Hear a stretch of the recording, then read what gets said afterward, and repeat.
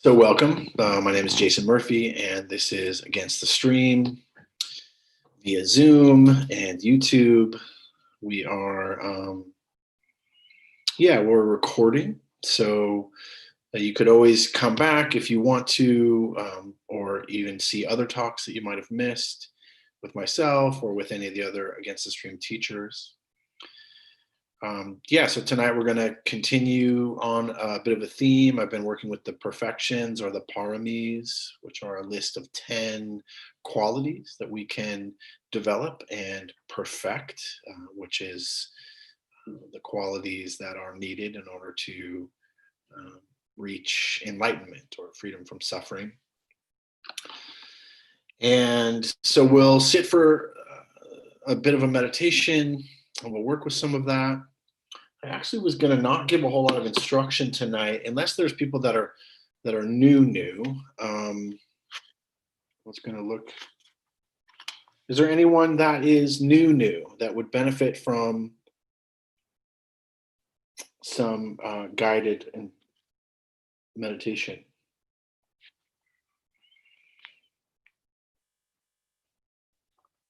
All right. Well, welcome to all of you who are here. There's a couple. Yeah, I'm just going to give. There's like a meditative kind of reflection in this book. And the book is called Parami, and Mike will probably put it up later on in the chat. You don't need to put it up now, but it's pretty easy to find. And I'm just going to read this instruction, which is very similar. And this is mostly about kind of how do we work with energy? How do we work with effort? So I'll read these simple instructions and then we'll work a little bit with it, okay? So on each out-breath, gather and commit your attention to following that breath until it is completed.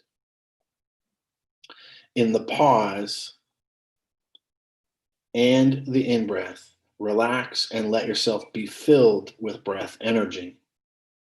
Then, on the next out-breath, direct and hold the mind on the sensation of the breath anywhere you can feel it in your body. If you're feeling drowsy, keep your eyes open, keep your focus on maintaining an upright posture. Also, in the case of getting bored, brighten energy through inquiring into either the specific nature of the sensations in the body that accompany the low energy, or into the mind state itself. So fairly simple. The thing I like about that is it's kind of like this, allow the in-breath to just happen. Allow the in-breath to naturally occur. And then focusing in the attention, so applying some effort and energy to the natural out breath. So we're not trying to force the breath, we're not doing anything special with the breath. We are just allowing the in-breath to take place, feeling, and even maintaining, and I also like this little point, maintaining the attention, like a sustained effort in that moment in between, either at the top of the breath or the bottom of the breath. And it's really just that simple. Of course, if there's drowsiness in the body, then again, bringing investigation or awareness to the drowsiness. If there is agitation or restlessness, or again, bringing effort and attention. We're not trying to do anything. We're not trying to make it be anything other than it is. We're just going to apply effort to the mindfulness of knowing. So that's the effort. That's the instruction. Fairly simple. And let's go ahead and give it a whirl and see how it goes. So again, finding that attention that's workable, that's sustainable, where you can feel relaxed and alert. And opening to the comings and goings of sound.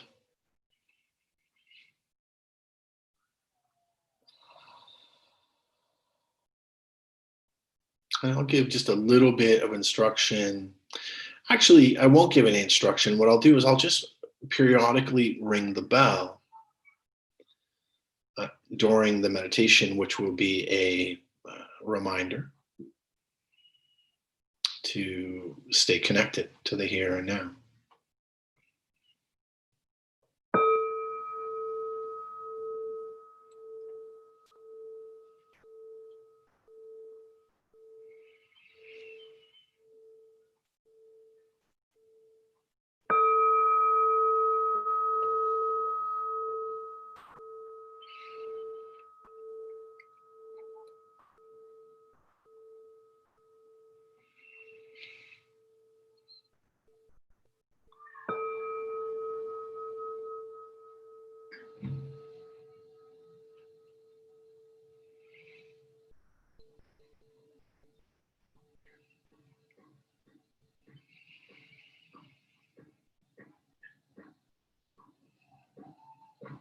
So establishing mindfulness of the breath and the instructions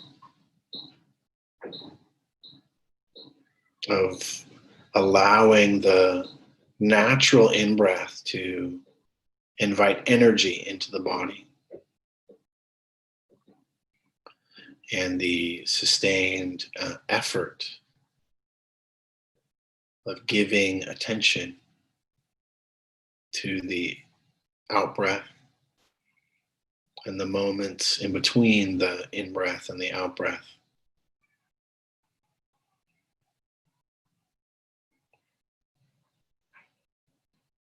And periodically I will ring a bell one time as a reminder to come back or to further apply that effort and energy.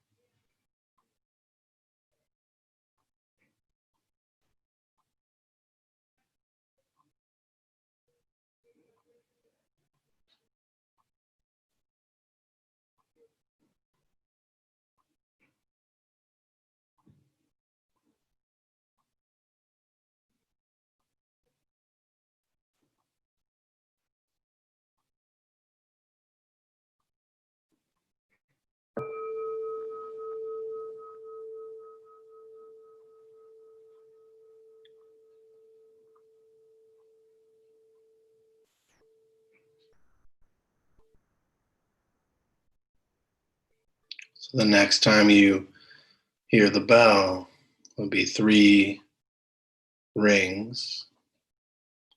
This will be the end of this meditation period. Between now and then, gauge for yourself what level of effort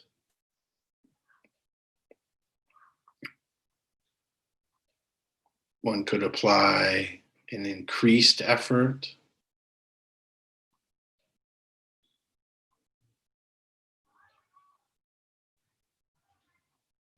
or perhaps a relaxed effort.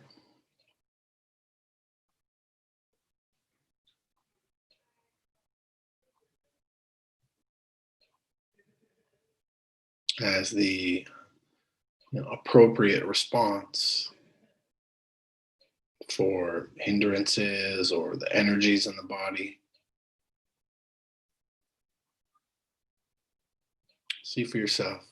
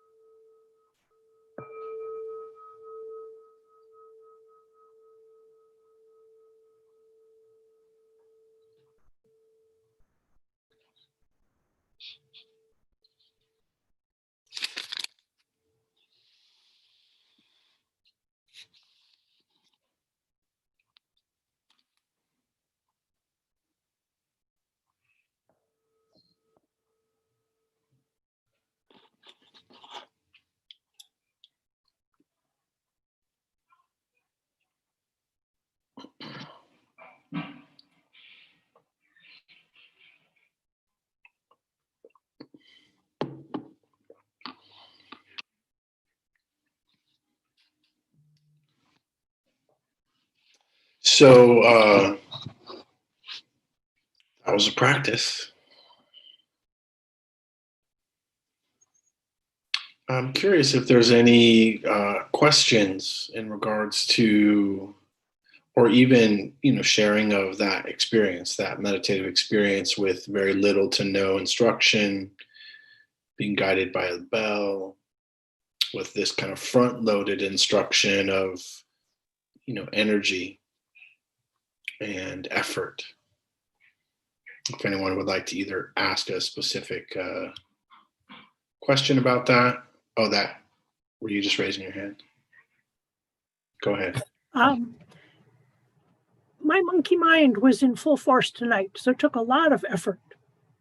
Mm-hmm. Mm-hmm. And what did you do? The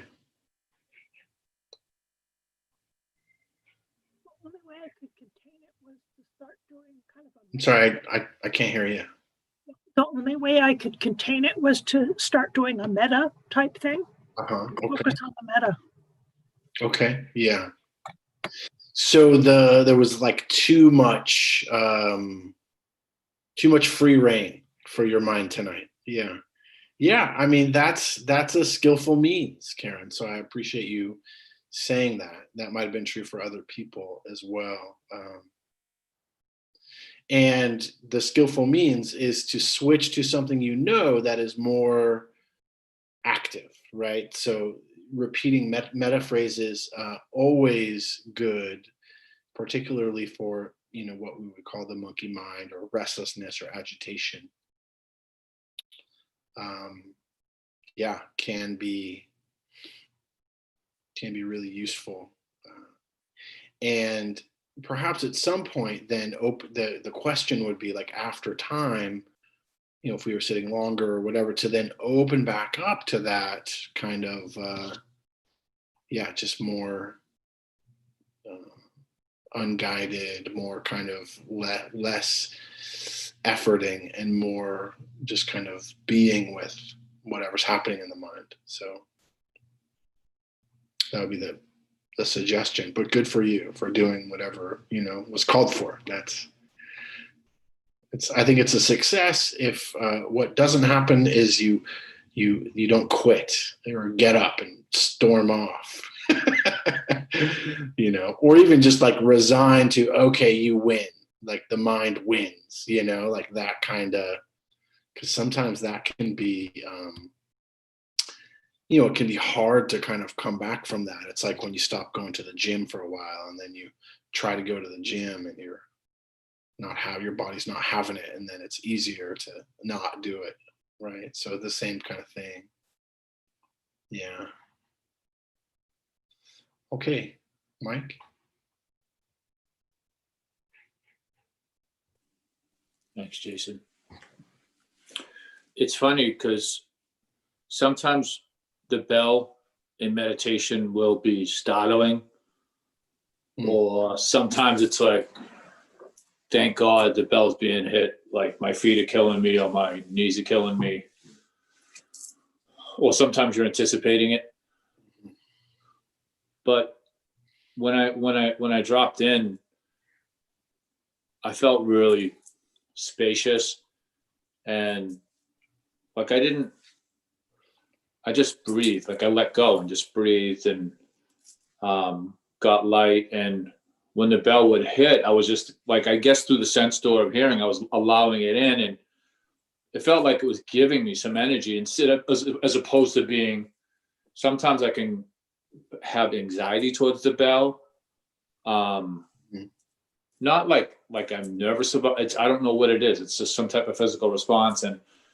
But in this meditation, I felt like just like sitting back and letting go and not like trying to contest anything, or just sitting in that awareness, like just allowing it. And then the bell was giving me a little bit of energy.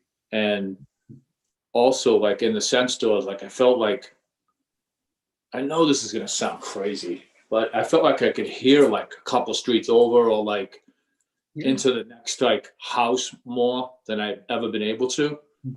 Like, and I don't know, just really a good experience for me, because I didn't contest anything. I just sat there and just allowed everything in. And every time the bell was hit, I felt like it gave me some energy, and I was like, I invited it in with kindness, like just like let it come in, and don't be like, whoa, like get jarred by it or be anxious about it, So it was a different experience for me, but a good one. And that's just my reflection on it. Thank you. Yeah. Yeah, we have a lot of different, this is a different use of the bell, right?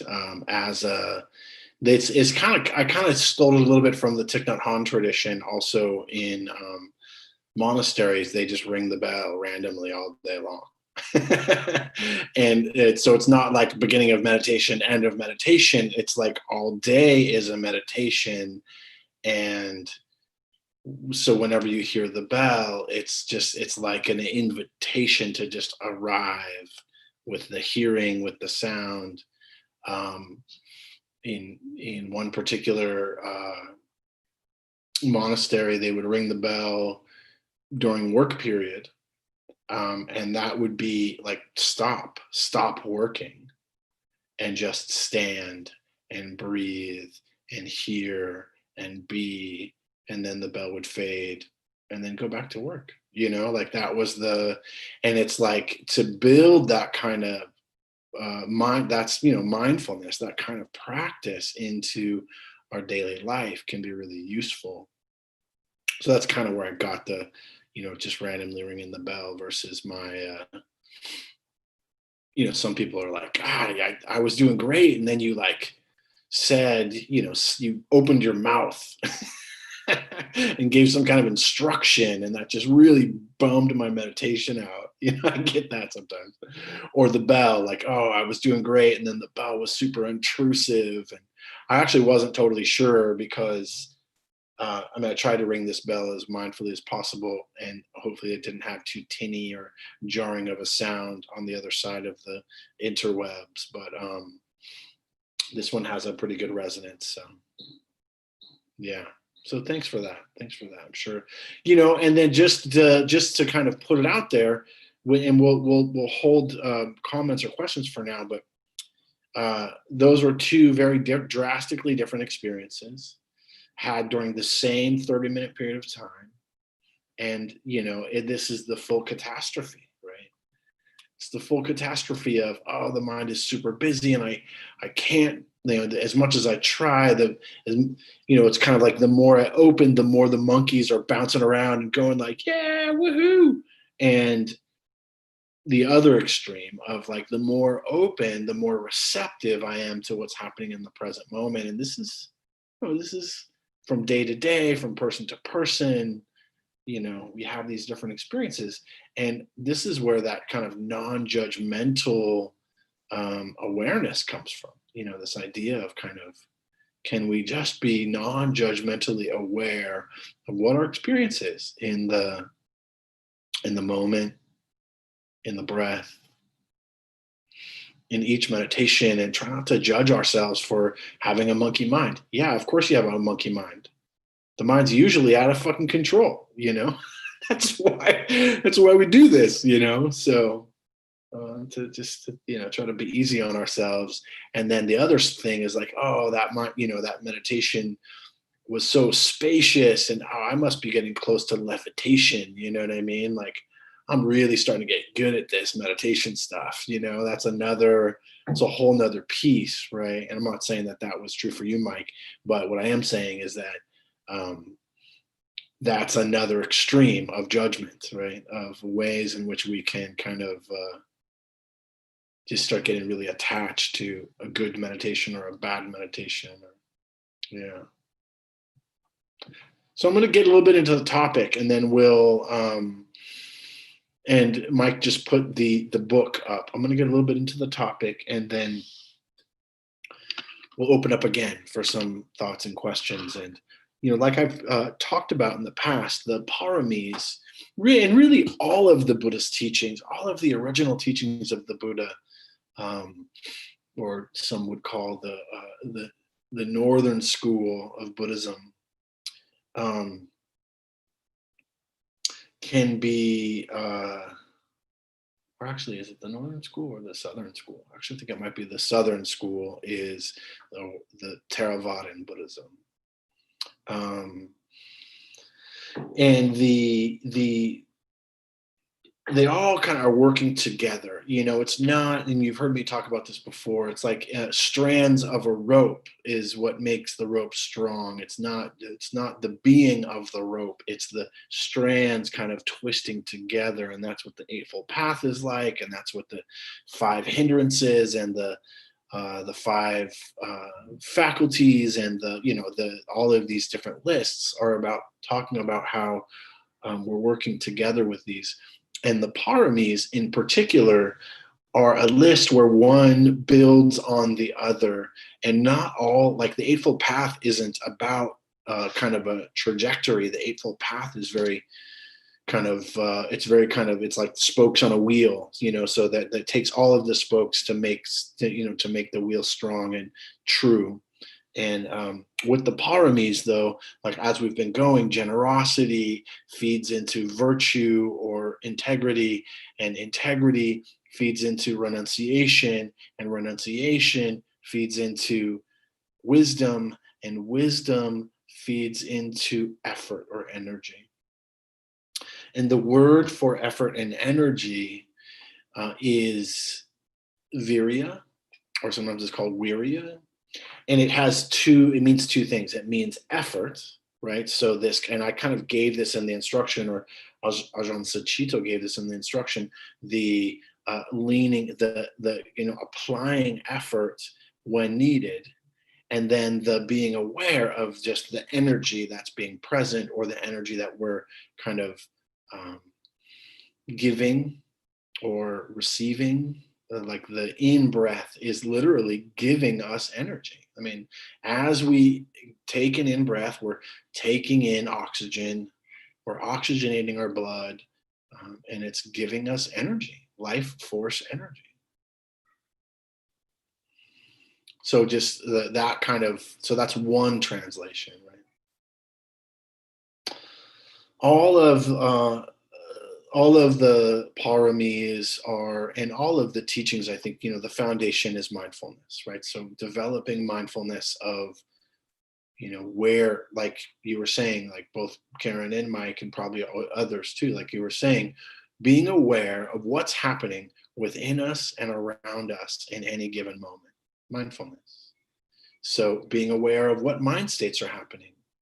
What Ajahn Sucitto calls programs. And I love that he talks about mind states as programs, like programs in our mind that are playing themselves out, right?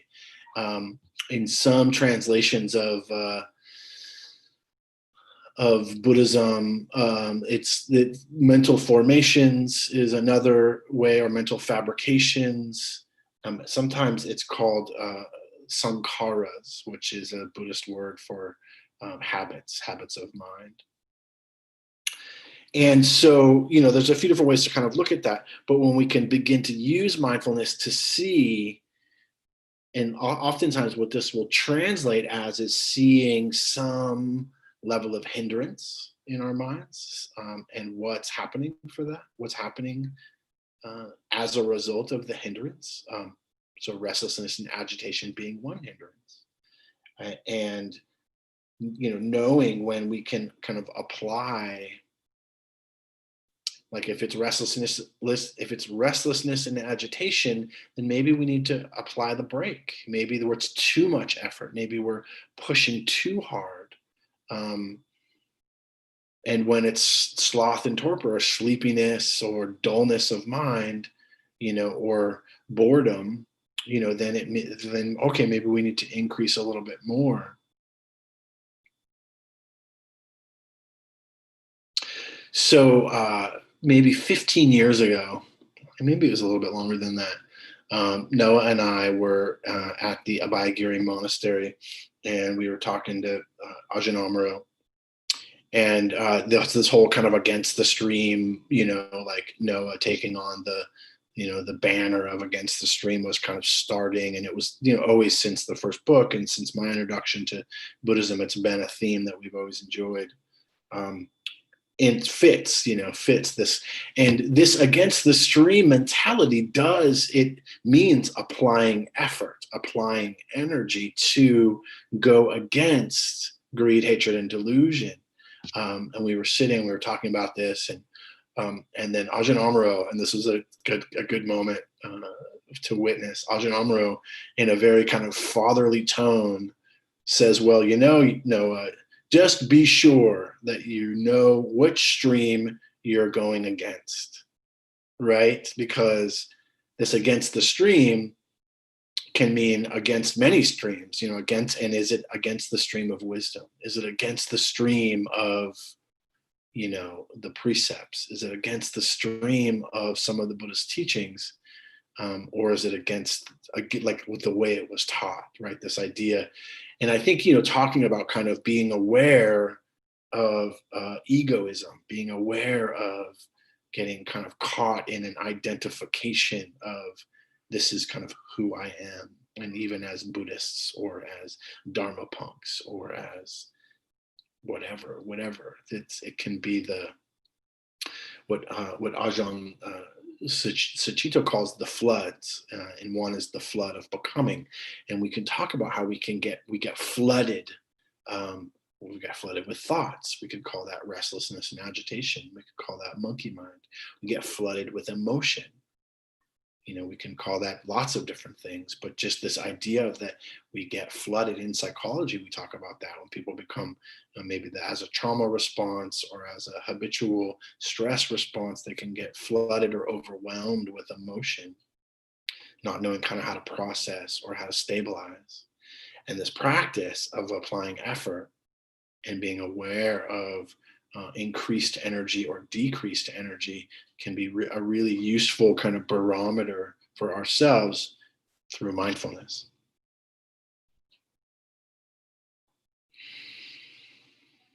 So I totally misunderstood this when I was new.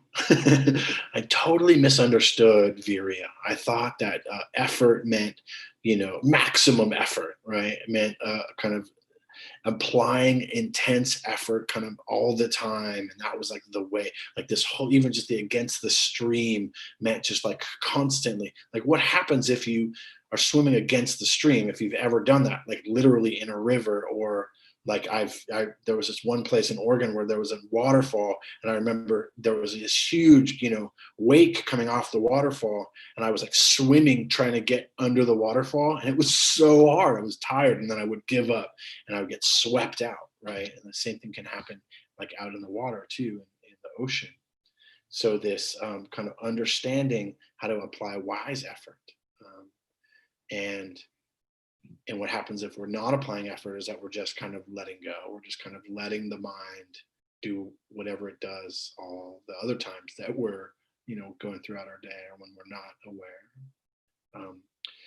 So I thought it meant just all the time, like intense effort. And what I realized is that I learned some good skills. I could sit for a long time. I could sit through pain. I could concentrate the mind. And for most periods of time of long, doing long meditation and that kind of stuff, I was able to kind of grunt my way through stuff with this kind of like effort, like maximum effort.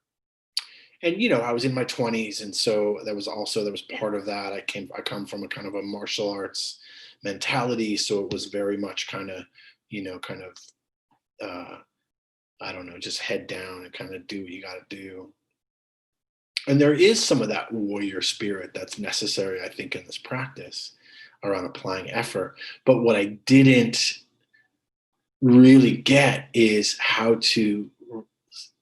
when is it too much? When is there too much irritation and too much restlessness and too much agitation in the mind, where it's actually not helpful to just keep pushing through and keep bearing down on the breath or bearing down on the body or bearing down on the mind. But actually the wise effort is to relax. Like I didn't get that for years. And I had a bit of a lopsided practice, and I could sit in pain. I kind of knew how to do that anyway. I'd done that for most of my life, sitting through whether it's emotional pain or, stuffing things or, physical pain or, so it was another kind of way of doing that, of almost kind of like punishing myself again. And so there was it was definitely not in Asia. It was here. It was in the West. It was sitting like a spirit rock retreat where they were just totally the opposite. And I thought they were, because I had trained in monasteries in Thailand, and I'd done all these like austere, sitting on concrete floors for days with, nothing but like a little pad of straw, whatever. Like it was intense.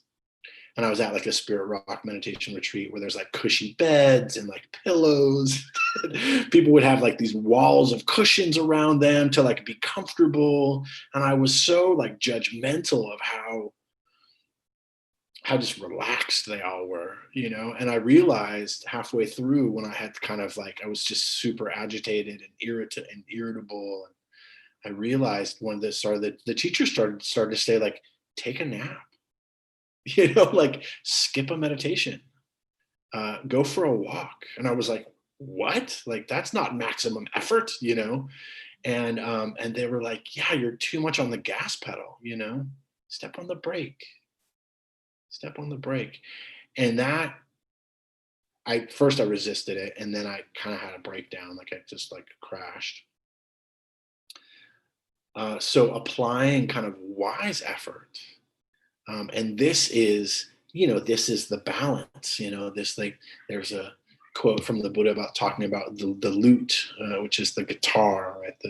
This ancient like sitar or like a instrument that a stringed instrument that if the lute is too tight, if the strings of the lute are too tight, it won't make a sound or the string will break. And if it's too loose, then it won't resonate. And so we have to find that kind of that balance of effort and energy and ease. And so often this is kind of where I like learned that just that statement I say before every sit is finding a posture that's relaxed and alert, like this kind of, you know, so it's not so relaxed that we're going to just snooze, but it's not so kind of ardent that we're going to stress ourselves out. There's enough shit to be stressed out about, right? So that's one of the, even just in life, just this idea of like applying effort to our day-to-day practice of being in the world, and then noticing if we're starting to be stressed or anxious, that is over efforting. And we actually, as a kind of a culture, are kind of chronic over efforters. So I have found as I work with people throughout the day and see a lot of people that are over efforting or really losing it because there's not a lot of structure and they don't know how to relax or slow down. Of course, there's the other extreme too, right? So, yeah, so this kind of wise application of effort,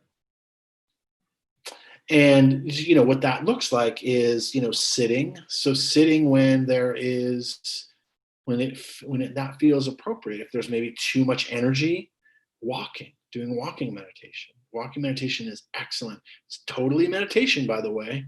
You know, reading the Dharma, reading, reading suttas, reading about compassion, you know, any kind of engaging in that way, that could be the wise effort for that. That's the, if the, maybe it's because there's too much restlessness or agitation. Maybe listening to a Dharma talk. So applying effort isn't just sitting in meditation and like bearing through it. And I want to be really clear about that. That's just another kind of quality of it. The other aspect is protecting our energy, protecting how much energy we're putting out, being able to set boundaries for others, like in the world. I was pretty impressed, actually. This book, The Parami by Ajahn Sucitto, it has a very thick description of effort or energy as a perfection. And I was really appreciative. I don't even have time to get into all of it today. But it's really good. And I learned quite a few pieces that I had been somewhat aware of, but couldn't really articulate it. So anyway, this idea of like, yeah, when is it appropriate to set boundaries? Set boundaries for ourselves, set boundaries in the world. When is it appropriate to pull our energy in because we need that. We need to reserve for ourselves versus this kind of maximum effort of busy, busy, busy, do, volunteer, volunteer, support, you know. So finding that balance there, which is also part of what it means to perfect one's energy, one's effort. So out of the five hindrances, so there's these five hindrances that are the things that get in our way of peace and ease. So greed or craving, desire, it's called different things. I like craving or wanting, this kind of grasping, usually sense pleasure. And aversion. So these two, generosity, perhaps renunciation and wisdom, are really useful as the couple of perfections that we've already been going through. So these are the useful kind of way to apply effort towards renouncing when, we're maybe caught in a greed trap, of gimme, right? Or when we're locked in a kind of aversion, what kind of effort can we apply there? Well, to just not spill out that aversion. And then maybe also shifting to, generosity, or maybe being of some service can help us get out of that. And of course, the standard antidote, which we haven't gotten to yet, is love and kindness on the perfections. How do we do that? By learning to investigate. So using the effort of investigation, which is a little bit of what I was what Ajahn Sucitto and I was kind of sharing today in the instruction, which is the investigate on the in-breath. If we just allow that as energy, receiving, and then the effort of investigating into the exhale, into the out-breath. And then even like those moments of investigating, like what's the quality in between the in-breath and the out-breath, or what's the quality that's happening in the mind. So this is applied effort. This is another way of kind of efforting without, getting to some extreme. And then,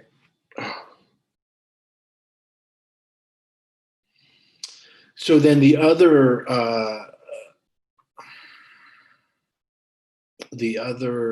hindrances, restlessness, agitation, sleepiness, and doubt, are all also connected to effort or energy, and particularly investigating or being mindful of what is the state, what is happening in our minds or in our bodies. Is there restlessness or agitation? Knowing when that's present. Okay, so what do we do when there's restlessness and agitation? Not bear down, right? So back up, ease up, or like Karen did, get one pointed, get kind of get a kind of narrower focus if that doesn't cause agitation, right? And for some people that could cause further kind of stress and agitation. So then it would be to open up, so this is kind of applying wise effort. Or sometimes they call it skillful means. Like what's the best thing to do in this situation? And this is all, in my opinion, coming from continued investigation, and with not getting super involved, just allowing the practice. I mean, I give no instruction and just rang the bell every once in a while, and was just the hope was, can we just be with what is and see and recognize and slowly make adjustments? That's kind of what meditation is. I mean, to me, that's what it is. It's not getting so focused on all of the doing, right? Like, this tweaking it here and tweaking our practice there, but being open enough to say, okay, yeah, bearing down in this moment is not going to be helpful. So let's ease up a little bit. Let's create a little bit more space. Take some deeper breaths. Stand up, walk. Read a book, listen to a Dharma talk, right? So finding what is most skillful.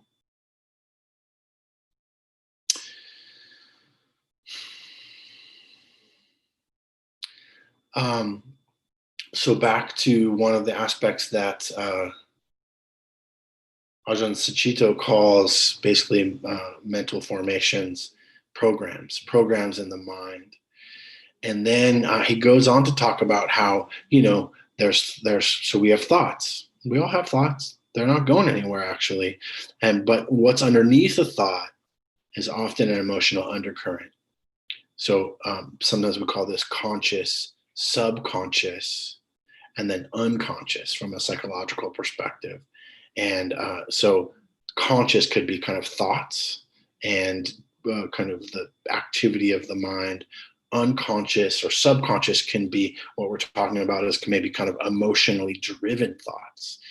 So one of the things that happens, and you've probably noticed this in meditation, is that there could be repetitive thoughts, themes that continue to come. And to me, that is something, to investigate a little bit. If we have repeated themes, that usually means that there's some emotional content underneath, and then some from a Freudian psychological perspective, we would call the unconscious, but from a Buddhist perspective, we could call limiting core beliefs, something that was kind of embedded maybe pretty early on, that is driving some of those emotions, that are driving some of those continued repetitive thought patterns. And how do we do that? Well, by continuing to apply effort, mindfulness, concentration, just doing this practice, and this kind of idea that more will be revealed. What we often talk about is the excavation, right, to this peace and ease.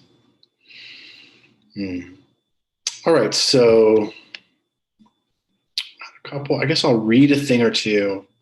Maybe should I open up for some questions first? No, let me just read this piece that came up. This is from the Ajahn Sucitto book. It just talks a little bit. It's a teaching from the Buddha, actually, from the Pali Suttas, the Samyutta Nikaya. And it says, I'll read this, and then I'll read a little commentary from Ajahn Sucitto. What's the energy? Oh, this is a little bit like the story of the lute. What's the energy that's too slack? Energy accompanied by laziness. What's the energy that's too tense? Energy accompanied by restlessness. Constricted internally.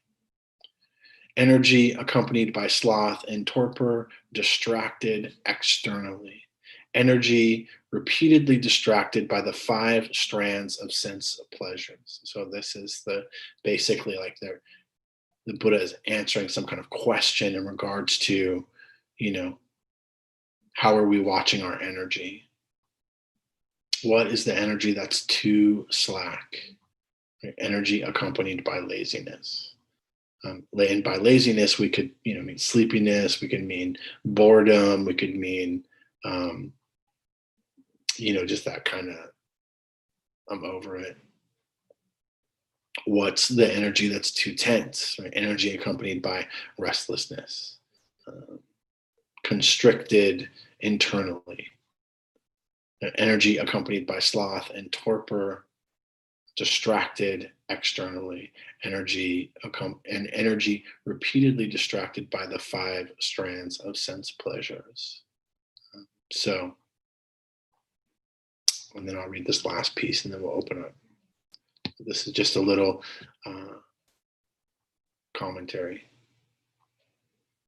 The cultivation of energy is about, on the one hand, protecting and gathering resources, and on the other hand, applying and sustaining that energy on worthwhile pursuits. The assessment of what is worthwhile and the fine tuning of how to gather and sustain energy are the way that wisdom contributes to energy. As for the development of empathy, one of the key motivations for applying energy is that it is for the welfare of others as well as one's aspiration. The motivation to bring forth one's energy for the good is a primary means of gladdening the heart. So combined with the previous perfections, energy establishes the basis for mindfulness, the act of sustaining wise attention on one theme. This shifts the process of wise reflection into that of sustained meditation. Great. All right, so I will open up for questions. Anything you're kind of wondering about in regards to this theme?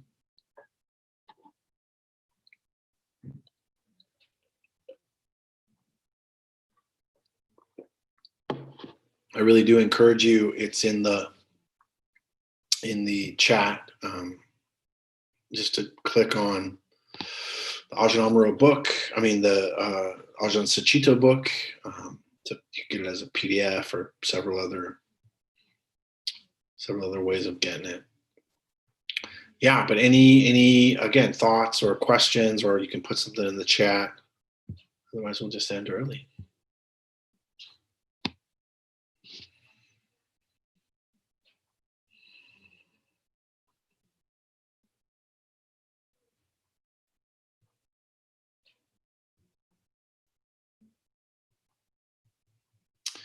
Yeah.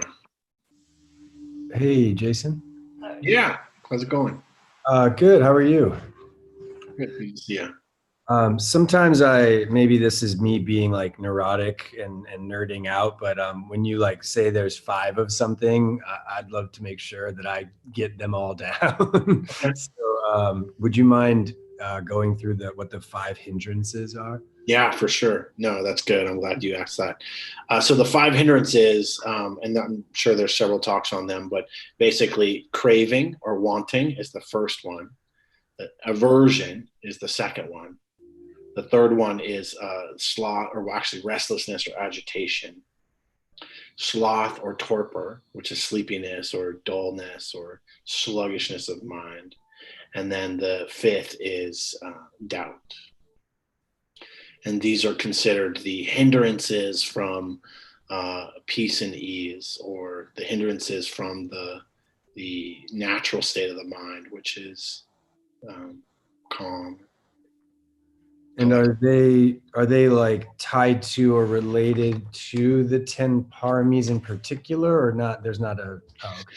No, what I was talking about is they are often related to effort and energy, and particularly restlessness, sleepiness, and doubt are connected to like us being aware of when or how. That's that kind of gas pedal or brake, when to apply effort. Like if we're feeling restlessness and agitation, can we soften, can we calm? If we're feeling sleepiness or distraction, can we increase in a certain area, right? So that's, yeah. And then doubt is it's similar. It's actually a little bit more like investigating kind of what's beyond the doubt. So yeah, so it's that's kind of what the point I was trying to make there was, using investigation and balance. Thank you. Sure. Yeah. All, of course, wrapped in a nice little mindful bow, right? Without mindfulness, none of this is possible. Ward's got his hands up. Hand up. That was me. Hi. Oh, hi. I was wondering about, you had talked about sort of too much effort during meditation and kind of relaxing. And I was just saying to Ward that sometimes it feels like if I do that, because like pretty much my meditation most of the time is like my head going fucking crazy and me like trying to just like focus on your fucking breath, like focus on your fucking breath, which I don't think is how it's supposed to be, but that's how it is for me. Okay. And it feels as though if I don't do that, like if I don't put all that effort in, I will lose myself in the fucking story. Like I will be gone. Mm-hmm. Okay. So I guess what I'm asking is like, what am I doing wrong there? You're not doing anything wrong, first of all. And just the fact that you even know that, you can even see that about yourself, that's progress. Because before you learned how to meditate, that was happening all the time, but you weren't even aware of it. It was just, right? There was just restlessness, agitation. So how long have you been practicing? I forgot your name. Tell me your name again. Grace. Grace. Probably like a year, but like not regularly. Yeah.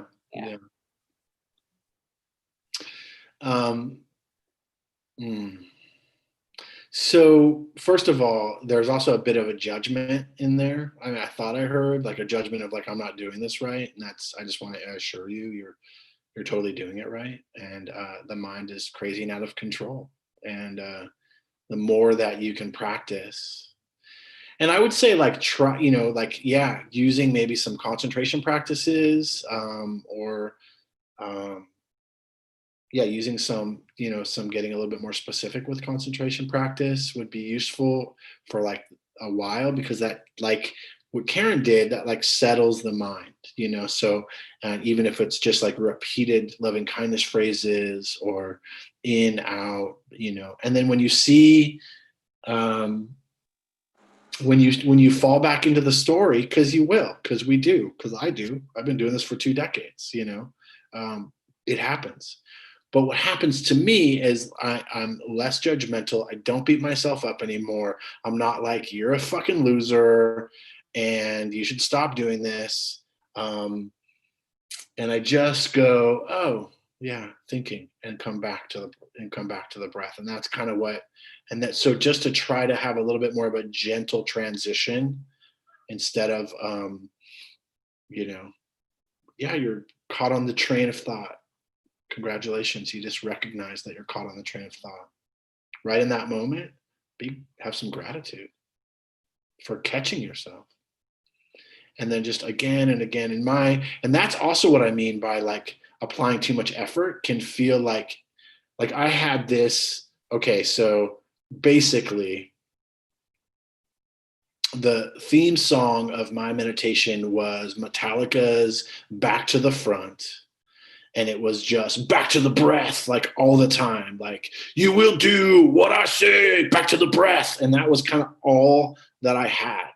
And so my mind would wander off, and then it would be this forceful return to the breath.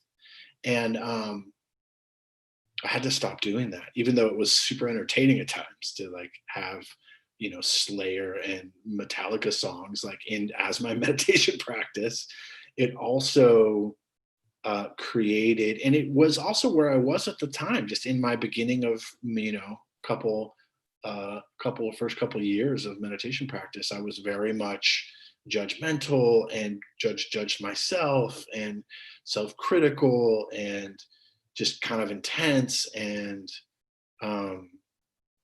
so that's what I was kind of saying about like, can we ease up a little bit and just, I don't know, find another theme song. It did kind of shift. It kind of shifted for me to Bob Marley. I don't know. That's what came into my mind, like naturally, when I started to get concentrated and calm and a little bit more serene, with some Bob Marley would pop in. So I don't know if that's helpful, Grace, but be easy on yourself. I'd love if I could give 2 cents as still a pretty new meditator myself. But I think what you said so well, Jason, there is just the recognition of it. I've heard so many different people in these sessions and sanghas, either wish or be frustrated by the fact that they still are experiencing thoughts. And and I think that that's such an important detail, especially as I'm new, and I think some of the people I've heard bring this up are rather new, but as you say, Jason, can still go on for years. But prior to my ever meditating, these hearing of thoughts was more of a first person experience. Like, I'm thinking all of these things, and I didn't question it or look at it with any separation. But through meditation, I'm starting to have that separation. Even if the thoughts persist, the part that I'm feeling good about and feeling progress in is that witnessing of them, that there is a separation. So even if I continue to have them, there's a rewarding feeling in, like, oh, the fact that I'm even noticing them and observing them is a first step. And so I keep trying to come up with little maneuvers, if you will, to create separation, not necessarily to snuff out the thoughts entirely. I mean, I guess that's the goal, of course, but I keep trying to come up with different, like, imagery or things. Like, I picture the voice and thoughts in like a little paper boat that I like place in the water, that there's just distance starts being created between me and them. So even if I can still hear them, even if I'm still aware of them, the more I can visualize a separating, I feel like that's progress being made. And I don't, like you say, try to be angry or upset or hard at like the shutting up of them so much as just any method to separate. Yeah. Totally true. Like, I think one of that kind of that's what the beauty of mindfulness is, that between the stimulus and the response, there's a space. And seeing that's what mindfulness is teaching us, that space, seeing the space between thought and reaction, or even thought and judgment. And even that it's actually maybe perhaps not actually even your thoughts, just thoughts. What about that? That they're not actually yours. Everyone has thoughts. They're mostly pretty similar, actually, from what I can gather. Everyone has emotions, also pretty similar. There's a basic kind of 5 or 6, and then they kind of go out from there, to be more descriptive. But yeah, the more that we can kind of just see them as a process, as a program that's playing out, and that it's not me and mine. And so thanks for pointing that out. I think that's probably like, maybe insight number 2 or 3, right? For the ability to kind of just observe and have, like, oh, these are thoughts, these are feelings that are happening. They're not me, they're not mine. I don't have to become them, right? But I wanted to just correct a little. I kind of spoke up when you were saying it. The goal of meditation isn't to stop thinking, because that means you're dead. Like, that's when your brain stops. Like, it's no longer, you're brain dead. You're not thinking anymore. The goal there's probably several, but is to be free from the attachment that we are ruled by our thoughts, and that we are ruled by our emotions. I think that would be like a more of, and also to be able to see that space that you're talking about, and to have less attachment to what's going on in the mind. The mind is just a process. Just like the tongue salivates, the heart beats, the mind thinks. The gallbladder secretes bile. The pancreas secretes insulin. The mind thinks. It's just a process, like many other processes. And with that, we'll have to end for today. But thanks for your input and questions and comments. Fruitful. And so we'll continue on next week, and let's just take a moment and just bring in all the goodness of our practice, bringing in all of the effort that we've placed into sitting and showing up, taking it in for ourselves, and then sending out in all directions. May all beings be happy. May all beings be free from suffering.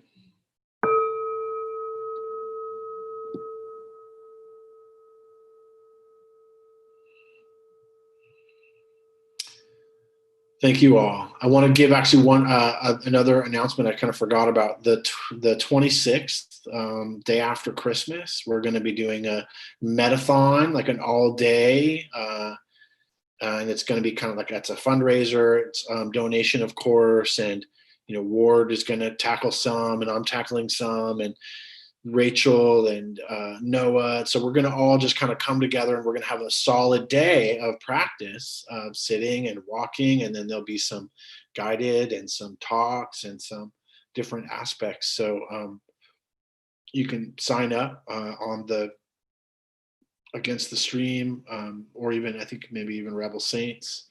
And, but come check it out. We'll be practicing all day. I'm going to try to make as much of it as possible. Looks like Mike. Thanks, Mike. You're on it, dude. Put it up in the chat so you can just link on that. Day long. Come check it out for any part of it too. Like if you just want to do some, a morning or an afternoon, or just come to some part, and it will actually really help us. We are struggling a bit with finances as far as keeping the doors open, and both for Rebel Saints in Seattle, which was totally closed and shuttered for several months because there was riots and things happening there.